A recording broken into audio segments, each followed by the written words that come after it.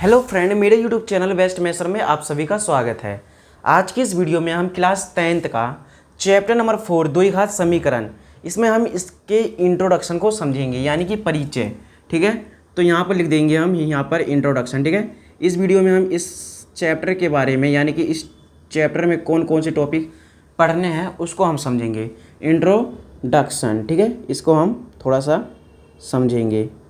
तो चलिए देखते हैं इसमें इंट्रोडक्शन में यहाँ पर समझिए, ये द्विघात समीकरण।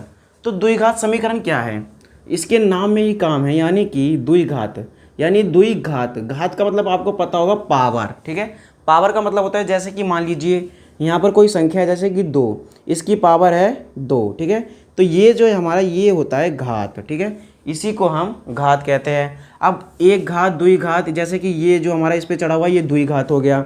अब मान लीजिए यहाँ पर है 3 और इसके ऊपर एक है तो एक घात, और इसके बाद है यहाँ पर मान लीजिए 3 की पावर 3 है, ये हो जाएगा त्रिघात। ठीक है, इस तरह से होता है। तो यहाँ पर हमें द्विघात समझना है। तो चलिए द्विघात समझते हैं, लेकिन हमें द्विघात समीकरण को समझना है। तो द्विघात समीकरण में, यानी कि इसमें हमारा क्या होगा, द्विघात समीकरण, इसका जो व्यापक रूप है, यानी कि इसका जो व्यापक रूप है वो हम इस तरह से लिखेंगे, ए एक्स स्क्वायर। ठीक है, a x square plus b x plus c equal to 0। इसी को हम द्विघात समीकरण कहेंगे। क्यों? क्योंकि आप इसमें देखोगे कि जो x है यहाँ पर भी x है, सबसे बड़ा इसका क्या है, इसका घात क्या है 2, इसीलिए इसका नाम है द्विघात। और समीकरण के फॉर्म में है, ये हमारा एक समीकरण है, इसीलिए समीकरण।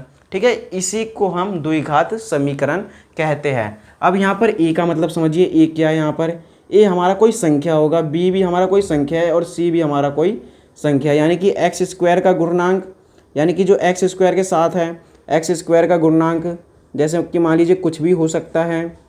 ठीक है, इसको हम एक्स स्क्वायर का गुणनांक कहते हैं। फिर उसके बाद एक्स का गुणनांक, ठीक है, एक्स का गुणनांक, यानी कि जो ए है वो हमारा एक्स स्क्वायर का गुणनांक, बी है एक्स का गुणनांक, और जो सी है हमारा वो है अचर पद। ठीक है, अचर पद यानी कि संख्या है। ये सब हमने क्लास 9th में भी समझ रखा है। ठीक है, ये 3 चीज़ है। तो आई होप आपको इतना समझ में आ गया होगा। जैसे कि इसको समझिए, जैसे कि मान लीजिए 7x स्क्वायर प्लस, उसके बाद मान लीजिए 3x और प्लस 2 इजुकल टू 0। ठीक है, ये इस फॉर्म में। तो यहाँ पर समझिए एक्स स्क्वायर का गुणनांक क्या है, यहाँ पर एक्स स्क्वायर के साथ में क्या है, गुणे में 7। उसके बाद यहाँ पर x का गुणनांक यानी कि b को, तो यहाँ पर देखेंगे क्या है, इसके गुणे में 3, और अचर पद क्या है, खुद 2। तो ये होता है हमारा द्विघात समीकरण। ठीक है, तो आई होप आपको इतना समझ में आ गया होगा। इसमें हमारा जो है, जो हमारा एक्सरसाइज में है, ठीक है, एक्सरसाइज में हमारा ज़्यादा कुछ नहीं है। उसमें जो है हमें क्या करना है, उसमें हमें समीकरण बनाना सीखना है। ठीक है, समीकरण बनाना, यानी कि जो इक्वेशन है, इंग्लिश में इसको हम इक्वेशन कहते हैं, इसको हमें बनाना सीखना है। ठीक है, और इक्वेशन के बाद इक्वेशन, और उसके बाद जो है हमारा दूसरा गुणनखंड। ठीक है, क्या है दूसरा, गुणनखंड। ये हमने क्लास 9th में समझा है। हम बाकी जो है चैप्टर के अकॉर्डिंग, यानी कि एक्सरसाइज के अकॉर्डिंग हम आपको समझा देंगे।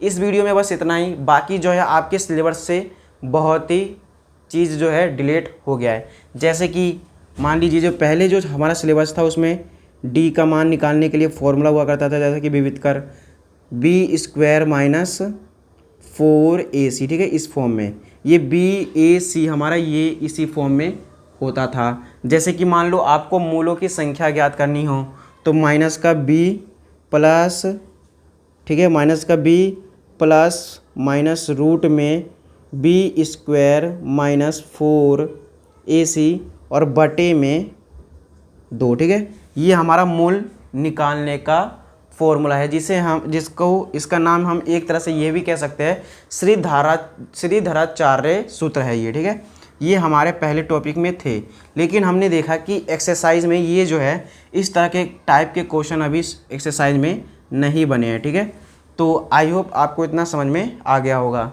तो अब हम अपना एक्सरसाइज के अकॉर्डिंग समझेंगे। जब तक के लिए धन्यवाद और थैंक यू। मेरे यूट्यूब चैनल बेस्ट मैथर को आप सभी सब्सक्राइब और लाइक ज़रूर करें।